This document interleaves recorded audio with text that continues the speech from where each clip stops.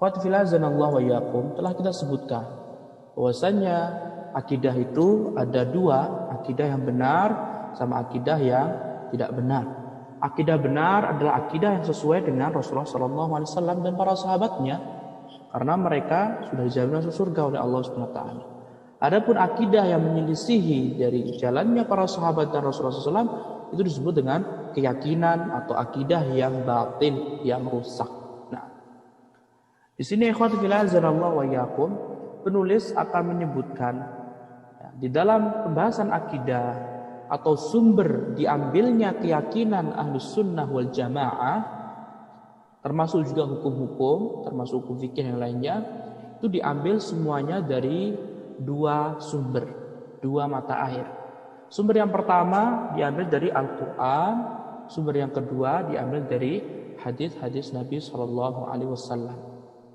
Nah, kemudian ikhwati fillah azanallahu iyyakum, di sini para penulis, para ulama menyebutkan bahwasannya kenapa harus mengambil akidah dari Al-Qur'anul Karim, karena Allah sendiri yang mengatakan wa makhtalaftum fihi min syai'in fa hukmuhu ila Allah. Dalam surat Asy-Syura ayat 10 Allah Subhanahu wa taala mengatakan wa makhtalaftum fihi min syai', apabila kalian berselisih dalam sebuah urusan, fa hukmuhu ila Allah, maka harus dikembalikan pada Allah Subhanahu wa taala.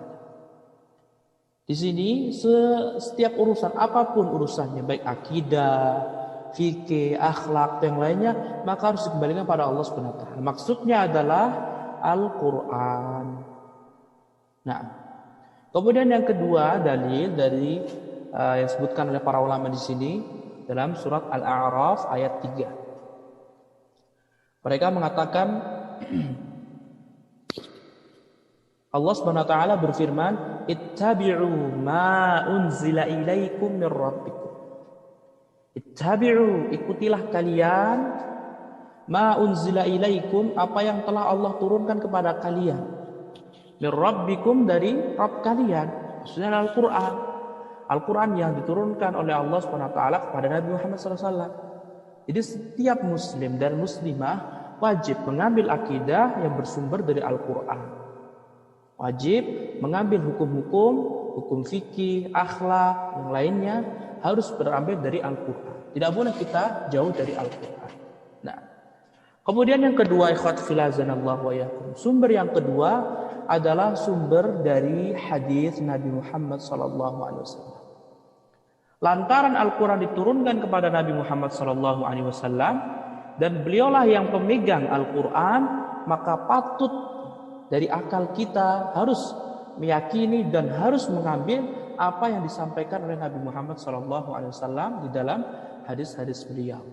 Nah, dan ini ikhwati fillah azanallahu wa iyyakum sama diisyaratkan di beberapa tempat di Al-Quran, di antara surat An-Najm ayat 4 dan ayat 3 dan 4. Lihatlah Allah Subhanahu wa taala mengatakan wa ma yantiqu 'anil hawa, dan tidaklah Nabi Muhammad SAW berkata berdasarkan hawa nafsu.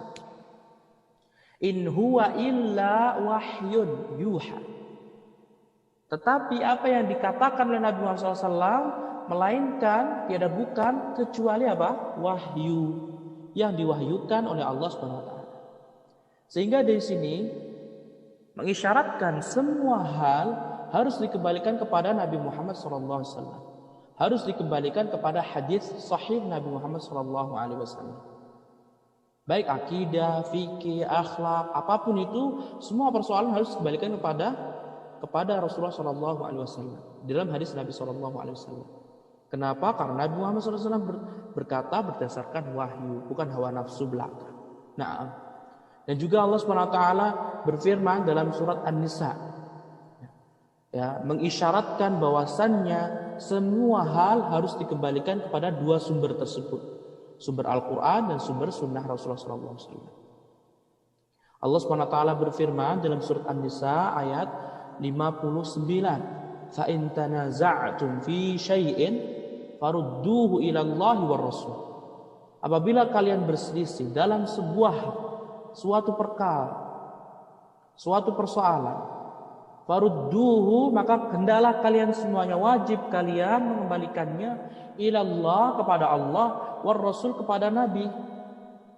Kepada Allah maksudnya kepada Al-Quran, kepada Nabi ketika masih hidup, kita kembali kepada Nabi. Ketika Nabi Muhammad SAW sudah meninggal dunia, maka kita kembali kepada ajaran-ajaran Nabi. Kita kembali kepada hadis-hadis sahih yang diriwayatkan oleh para ulama. Bisa difahami? Sehingga ikhwati fillah azanallahu wa iyyakum, sumber yang mau tidak mau kita harus pegang dalam mempelajari Al-Quran, dalam mempelajari akidah adalah bersumber Al-Quran dan Sunnah.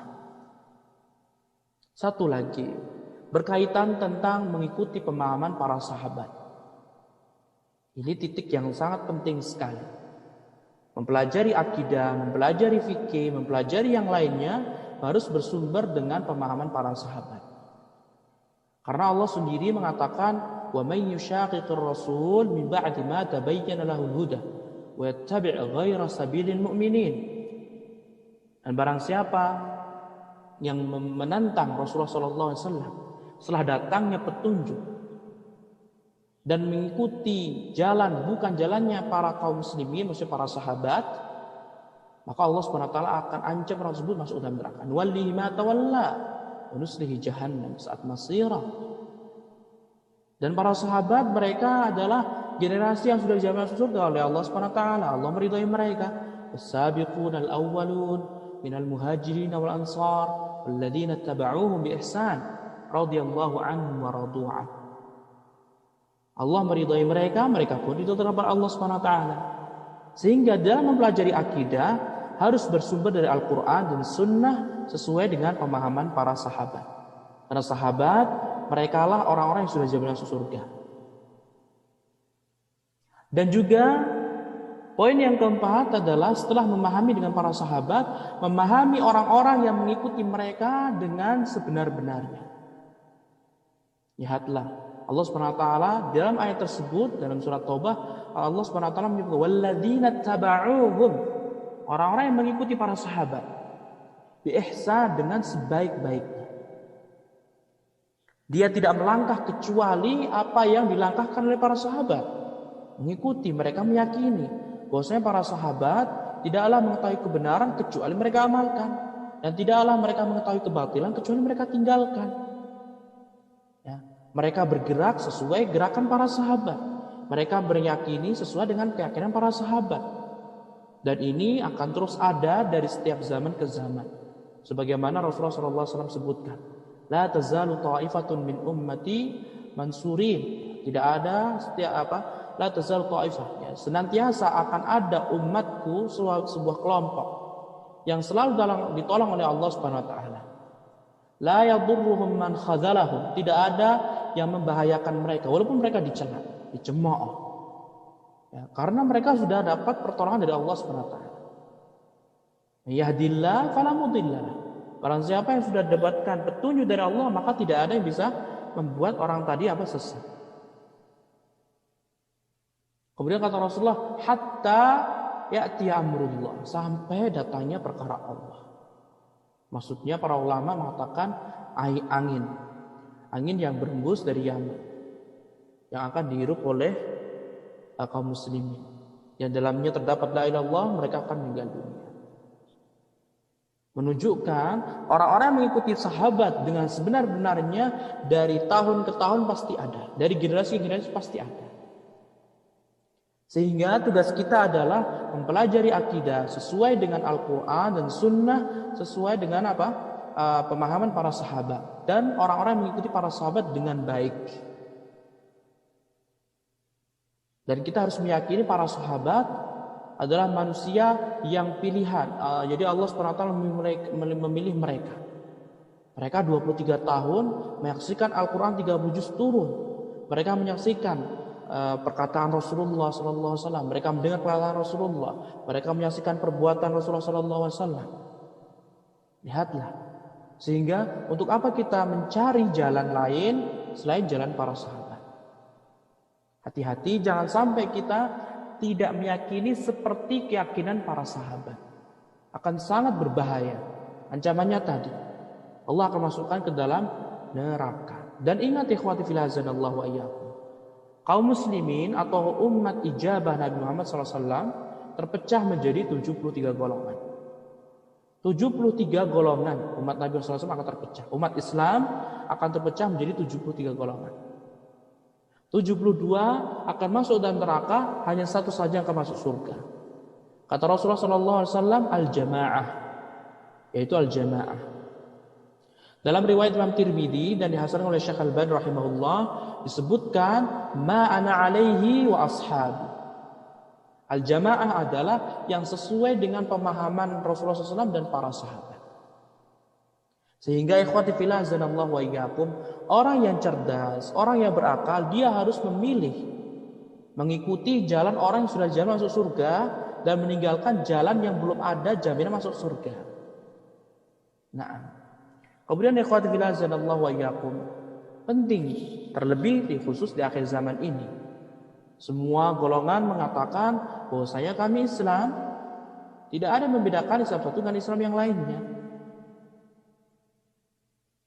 Sehingga penting mengatakan Al-Quran dan Sunnah sesuai dengan pemahaman para sahabat dan orang-orang yang mengikuti para sahabat dengan ihsan, dengan sebaik-baiknya.